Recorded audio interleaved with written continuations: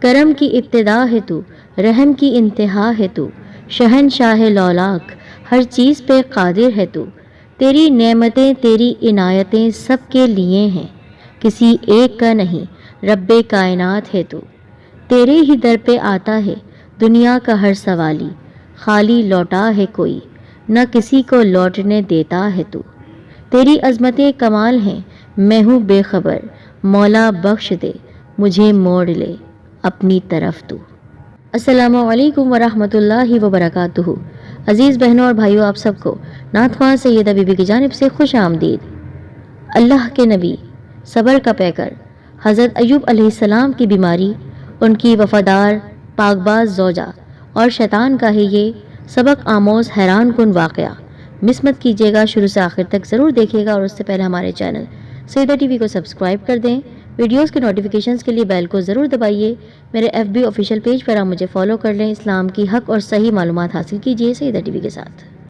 وہ نیک محترم بزرگ ہستی کوئی اور نہیں بلکہ اللہ تعالیٰ کے نبی حضرت ایوب علیہ السلام ہیں، جن کا ذکر قرآن مجید میں بے شمار جگہوں پر ہے۔ سورہ النساء آیت نمبر 163، سورہ الانعام آیت نمبر 85، اور ان کی حالات زندگی بیان ہوئی ہے سورہ انبیاء آیت نمبر 83 سے 84، اور سورہ سعد آیت نمبر 41 سے 44۔ اور جن علماء کرام نے بالکل صحیح تفسیر بیان کی ہے حالات زندگی کی حضرت ایوب علیہ السلام کے، ان میں شامل ہیں تفسیر ابو الحسنات از مولانا ابو الحسنات سید احمد قادری، تفسیر تبیان القرآن والفرقان، سورہ انبیاء آیت نمبر 93، البدایہ والنہایہ جلد نمبر 1، تذکرہ حضرت ایوب علیہ السلام، اور قصص الانبیاء۔ اس سے پہلے آپ کے سامنے میں مکمل واقعہ بیان کروں حضرت ایوب علیہ السلام کا، آپ جان لیجئے کہ حضرت ایوب علیہ السلام رومی نسل تھے، اور ان کا نسب نامہ حضرت ابراہیم علیہ السلام سے ملتا ہے، اور ان کی والدہ محترمہ حضرت لوط علیہ السلام کی بیٹی رہی ہیں۔ آپ کی زوجہ محترمہ کے نام میں بھی اختلاف ہے، ایک روایت میں آپ کی بیوی کا نام ماخا بنت میسا بن یوسف علیہ السلام، اور دوسری روایت کے مطابق رحمہ بنت افرشیم بن یوسف اور افراہیم بھی بتایا گیا ہے، اور ایک اور جگہ پر آپ علیہ السلام کی زوجہ محترمہ کا نام لیا بنت مسا بن یعقوب علیہ السلام ہے۔ اللہ تعالیٰ نے آپ علیہ السلام کو ہر طرح کی نعمتوں سے نوازا ہوا تھا، بے انتہا آپ خوبصورت تھے، مال اور اولاد کی کثرت بھی رہی، بے شمار مویشی اور کھیت و باغات وغیرہ کے آپ مالک تھے۔ جب اللہ تعالیٰ نے آپ علیہ السلام کو آزمائش و امتحان میں ڈالا تو آپ کا مکان گر پڑا، جس میں آپ کے تمام بیٹے دب کر اس دنیا سے چلے گئے، یعنی ان سب کی وفات ہو گئی، کوئی آپ کا بیٹا باقی نہیں بچا، صرف آپ کی زوجہ محترمہ آپ کے ساتھ تھیں، اور اس کے علاوہ ایسی آفات آپ پر آئیں کہ آپ کے تمام جانور، جن میں سینکڑوں اونٹ اور ہزار بکریاں تھیں، سب مر گئے، تمام کھیتیاں اور باغات بھی برباد ہو گئے، غرض آپ کے پاس کچھ بھی نہیں بچا۔ ایسی آزمائش کہ اللہ تعالیٰ نے ایک پل میں آپ سے سب کچھ چھین لیا۔ اب عام بندہ جو ہوتا ہے وہ تو ناشکری کر بیٹھتا ہے، ہائے ہائے مچاتا ہے، روتا ہے، چلاتا ہے، اللہ تو نے کیا کر دیا، میرا سب چھین لیا، اب کیا ہوگا میرا۔ لیکن آپ اللہ کے نبی، آپ نے صبر کیا، آپ نے اللہ تعالیٰ کی حمد و ثنا بیان کی، اللہ تعالیٰ کا آپ نے شکر ادا کیا، شکر آپ بجا لاتے تھے، ہر وقت عبادت کرتے رہتے تھے۔ اور پھر یہی نہیں ہوا ان کے ساتھ، ان کو ایک ایسی بیماری ہوئی جس کا نام لوگ مختلف شکلوں میں لیتے ہیں، بلکہ آج میں اس اہم نقطے پر ہی بات کرنا چاہ رہی ہوں۔ بچپن سے پڑھتے آ رہے ہیں حضرت ایوب علیہ السلام کے بارے میں، ان کی بیماری کے بارے میں، کس طرح انہوں نے اپنی بیماری سے لڑتے ہوئے صبر کیا۔ نعوذ باللہ بولا گیا کہ کیڑے پڑ گئے تھے ان کے جسم پر، نعوذ باللہ وہ کوڑ جزام کے مریض بن گئے تھے، لوگ ان سے گھن کھاتے تھے، ان کو کوڑے میں ڈال دیا تھا۔ ایسا ہرگز نہیں ہے، بلکہ یہ گستاخانہ جملے ہیں انبیاء علیہ السلام کے لیے۔ اللہ تعالیٰ کے نبیوں کو کیڑے کھا ہی نہیں سکتے ہیں، ان کے جسم مبارک کو، نہ ان کی ظاہری زندگی میں، نہ اس دنیا سے جانے کے بعد ان کو کیڑے، ان کے جسم کو کیڑے نہیں کھا سکتے ہیں۔ یہ غلط فہمی ہم سب کو دور کرنی ہے۔ ہاں، کون سی بیماری تھی؟ ان کو جلد کی کوئی بیماری ہوئی تھی، لیکن وہ ایسی نہیں تھی کہ جسے لوگ خدا نخواستہ ان سے نفرت کرنے لگے. وہ بے ایمان لوگ تھے، وہ شیطان کے ساتھی تھے. اب جب بیماری نے آپ کو آ لیا، جسم آپ کا کمزور ہو گیا، نکاہت آ گئی آپ کے اندر، تو صرف زبان ہی آپ کی محفوظ تھی. اس حالت میں بھی ان کو یہ فکر رہی کہ زبان کو کچھ ہو گیا تو اللہ تعالیٰ کا شکر کیسے ادا کروں گا. آپ کے صبر میں اتنا اضافہ ہوا کہ قرآن مجید کی آیات میں آپ کو صابر کا لقب دیا گیا. بہت صبر کرنے والے، بے انتہا صبر کرنے والے. شیطان لعین جو کہ حاسد ہے بہت بڑا، وہ انبیاء علیہ السلام کی آزمائش کو دیکھتا رہتا ہے اور جلتا رہتا ہے.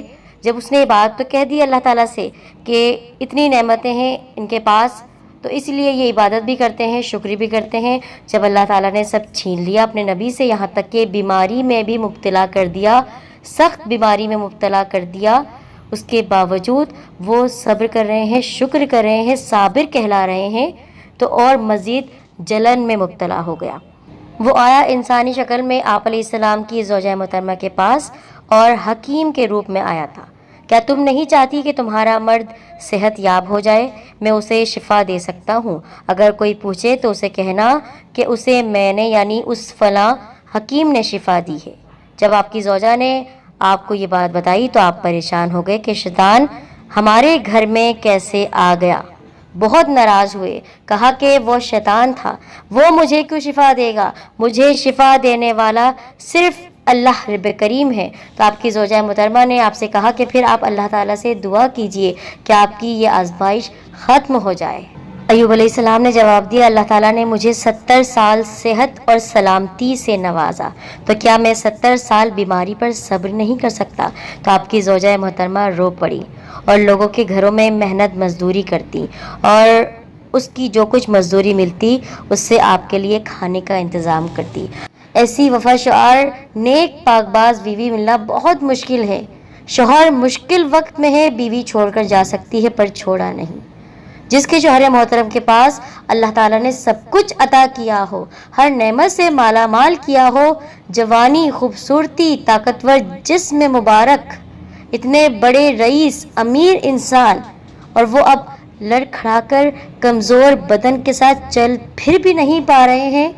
جسم مبارک میں اتنی تکلیف، بیوی نے چھوڑا نہیں. بالآخر 13 یا 18 سال بعد آپ کی آزمائش ختم ہو گئی. اس طرح کے حکم الہی ہوا، اے ایوب علیہ السلام یوں دعا کیجئے. مشہور اور معروف دعا ہے، حضرت ایوب علیہ السلام کے نام سے، ان کی صبر کی داستان کے نام سے یہ منسوب ہے. ہم سب کو ہر مشکل وقت میں یہ دعا چلتے پھرتے پڑھنا چاہیے. وَأَيُّوبُ إِذَا نَادَى رَبِّ أَنِّي مَسَّنِي الضُّرُّ وَأَنْتَ أَرْحَمُ الرَّاحِمِينَ. رَبِّ أَنِّي مَسَّنِي الضُّرُّ وَأَنْتَ أَرْحَمُ الرَّاحِمِينَ. اور ایوب کو دیکھو جب انہوں نے اپنے پروردگار کو پکارا کہ مجھے یہ تکلیف لگ گئی ہے اور تو سارے رحم کرنے والوں سے بڑھ کر رحم کرنے والا ہے. آزمائش آپ کی ختم ہو گئی. امتحان اللہ پاک نے اپنے نبی کا لے لیا. شیطان لعین جل کر خاک ہو گیا، نیست و نابود ہو گیا، جہنمی ہو گیا کہ واہ کیا صبر کیا اللہ کے نبی نے. 13 سال یا 18 سال کا عرصہ کوئی چھوٹا عرصہ نہیں ہے. ہم ایک دن میں چیخ پڑتے ہیں کسی بھی سخت بیماری پر.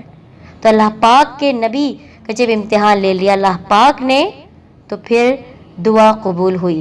ارحم الراحمین نے کہا اے ایوب علیہ السلام زمین پر اپنا قدم مبارک مارو. آپ علیہ السلام نے اپنا پیر مبارک جب زمین پر مارا تو وہاں سے چشمہ پھوٹ پڑا.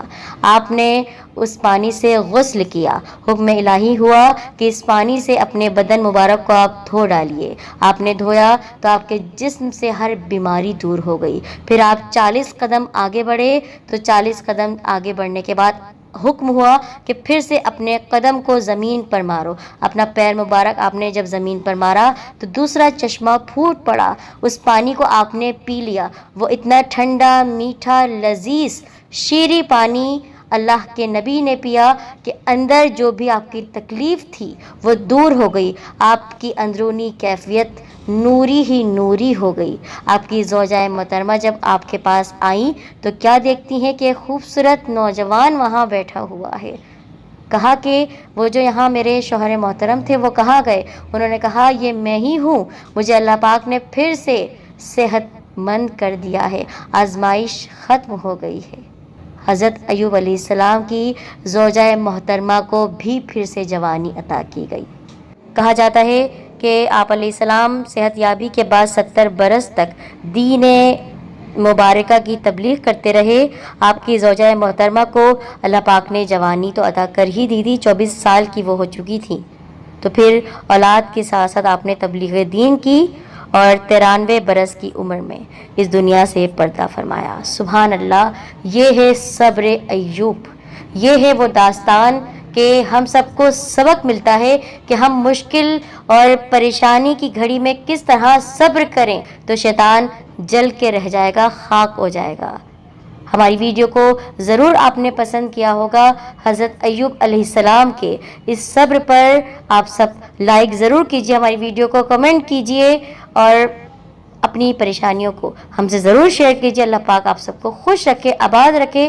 ویڈیو کو جہاں تک ممکن ہے آپ شیئر کریں، جو غلط فہمی حضرت ایوب علیہ السلام کی بیماری کے حوالے سے ہے وہ دور کرنے میں صدقہ جاریہ میں ہماری مدد کیجئے، اصلاح کیجئے معاشرے کی لوگوں کی، کیونکہ آپ سب کی اصلاح کرنا خود ہمارا بھی فرض ہے۔ اسکرین پر جو آپ ویڈیوز دیکھ رہے ہیں ان کو بھی دیکھیے، شیئر کر دیجئے۔